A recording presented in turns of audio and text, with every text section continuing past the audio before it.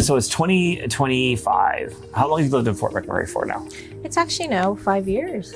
Has Fort McMurray changed much in those 5 years? You know what? We're starting to see a little bit of an evolution. The part that's been worrying, I think, for some people in Fort McMurray is that while we saw different parts of the country and the province, I tend to not like to use the word boom, but where they saw more economic activity, things still remained a bit slow here in Fort McMurray. So we're starting to see where there's going to be some retail developments, a new industry player in the region. What I'm looking forward to is seeing more of that. One of the things I found in the past, say 5 years, if you go to Grand Prairie, Grand Prairie has ups and downs, but it just seemed like there was visible, steady economic growth, things being built, businesses opening. Same with Red Deer, even Lloydminster, a little bit on a smaller scale, definitely Calgary and Edmonton. Calgary, there's skyscrapers going up every day, right? Yeah. But oil prices fairly steady and high. Oil companies had record profits. It seems a little better now, but I kind of had this theory that part of the thing that was holding Fort McMurray back a little bit was when the government sort of was talking about phasing out fossil fuels, and this is sort of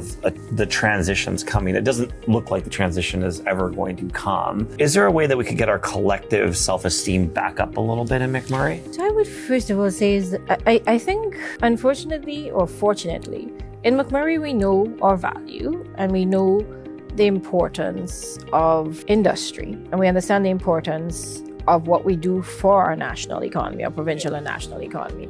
So I think that self-confidence hasn't been lost. I think you're quite right. A lot of the regulatory uncertainty, the rhetoric in terms of transitioning away from oil and gas at a point in time where you don't actually have a solution to warm and cold weather or any solution to replace oil and gas, and having all these regulations and all of these conversations about transitioning away from an industry that has decades to come has hurt industry. As with any business, any company, you stop and you don't invest. You don't look to say, I'm not going to build more, I'm not going to do different things. I would have thought when industry raised their hand and said, okay, we are going to move towards the most ethically sourced barrel of oil, that our regulators at a federal level, our government, and I don't want to be political here, but they would have stepped back and said, okay, there's so much opportunity. When Germany came and said, we'd like to have your oil and gas, that we would wake up and realize what was taking place and support the industry. The industry has raised their hand and say, we will move to net zero by 2050. But yet we see where there are initiatives to say, okay, we need to cut production because we need to reduce emissions by 2030.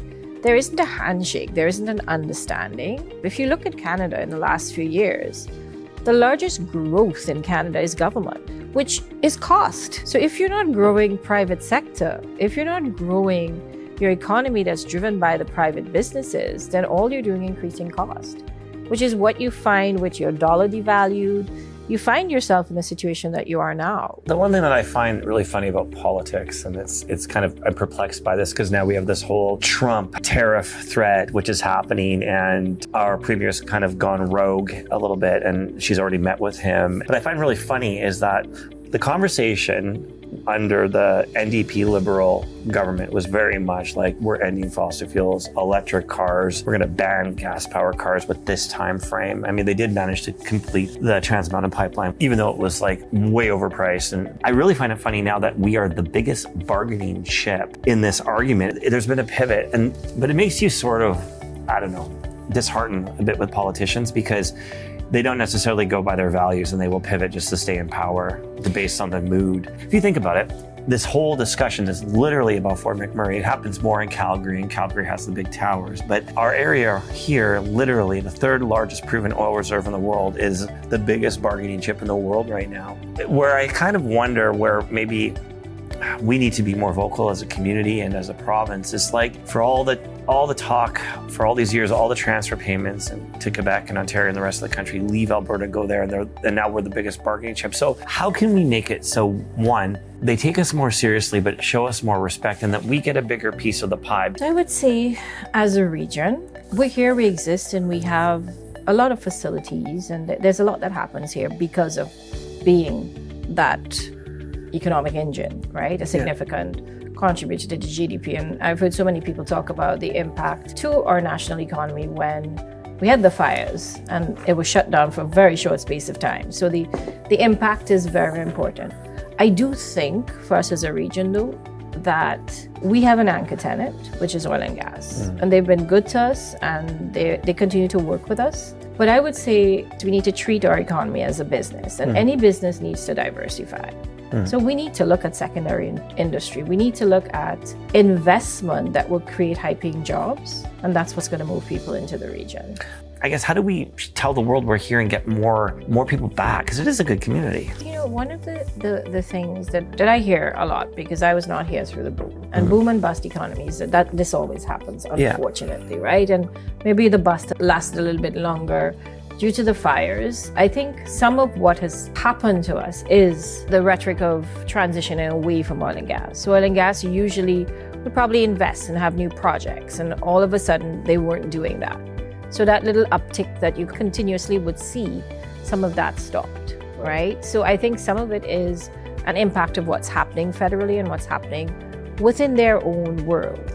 The other part is they do have shareholders, and their shareholders are demanding different things, and they continue to seek to improve production. You have technology that's coming into play, right? What I will say, I think all of that coupled with economic downturn, the fires, going with COVID, and the reality is lifestyle change. Fort McMurray attracts people for jobs, but Fort McMurray also loses people for jobs. I still come back to the same point. The relationship is being, I don't want the word to say rebuilt, but reconnected. And I think we'll hear more and more about that. And there are things that I could potentially talk about, but it's not my story to tell. It is industry story to tell in terms of bringing more economic activity. We can look downstream and upstream, and we can work with them to see what sort of businesses that we can try to bring to Fort McMurray that will support them.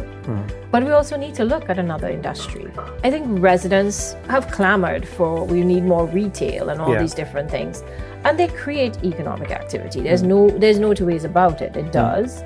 And it's good for the economy, but that is also transient and that's also temporary. Right. And the reality is that the people that will move into your community for the development are transient. There has been some efforts and some success moving families from camp to town. And I know this because the schools had their highest enrollment in a long time. I agree with what you're saying as far as like we need secondary industries here. We do. We need to take that seriously. And you can make the argument that we kind of have three. You have the main oil and gas, their support, a little bit of forestry with Northland's forest products. And in addition to that, stuff like recycling, there's that, right? I also think that like if you look at our history of this communities, when we had more money than ever, I mean, at one point we had $1 billion a year budget, and now we're half that. And there's talk about that changing and our taxes will go up. But I think one of the mistakes we made, and I'm not trying to harp on mistakes, but one of the things that we really need to look at is they expropriated downtown, and then they never built the arena that they expropriated it for. There was so many, I'm not even going to say bad spends, but just so many false ideas, I think, of what would make people move to a community. I'll defend Mac Island. I'll even defend the football field to a point. For instance, with Conklin, it's hard to defend a $50 million facility for 130 people. What I will say that I really think has done well for the community is sports events, as well as I think the downtown revitalization overall worked pretty good. A lot of new businesses open and they seem to be sustaining, right? So do you think maybe we need to pivot what makes a community? Because I would argue that there's all this talk about downturn, there's all this talk about this and that, but Calgary's not seeing the downturn. Edmonton's not seeing that downturn. Grand Prairie's not. Is it a problem within our community just making people want to live here and choosing to live here? Is it too convenient to live in camp? Because it's the most affordable houses, great schools. Our hospital in a lot of ways rivals hospitals outside of this community, right? Great businesses. We're going to have a super Walmart and a Home Depot right away. Does that make a difference? We have people moving into the region, and actually the Chamber has partnered with Pathways Alliance on the Wood Buffalo Box to provide to some of these persons moving into the region. That would help them support local and integrate into the community and get to know what we're here as part of a welcome. My hairdresser is now somebody whose partner just moved here from Calgary. I do think there are attempts to have people move into here. The reality with camps is a lot of camps is also seasonal. They're not full-time. We do need to recognize that, and I do think there is opportunity, there's work in progress to be able to have more people local. You want the persons based here. If you don't work to continue to attract that and build that capability, you will end up where we are. Not everyone wants to work at site. But if you had other industries that was in sight that paid really well, then people would come into the region. Calgary is booming because Calgary's managed to attract a lot of businesses setting up there. There's talk of a nuclear power plant potentially going to High River or Peace River. I'm not sure exactly which one. There's all this talk of data centers, and hopefully we can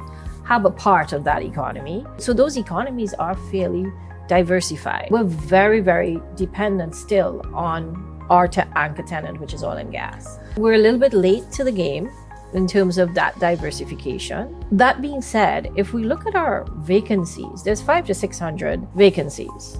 If you can get 1,000 families to move into the region, either by determining who should or should not be in camps or who should be in the community, as well as bringing in new industries and new businesses that can bring people to the community. I mean, just yesterday I was talking to this small business, and it's a small workshop, and there may just only be 8 families that are coming in, but they're going to move their operations here. So more and more of that is what will add up. And a little bit of a push will take us to where we can start seeing more housing starts and get back to that place where not a boom, but a consistent, steady growth.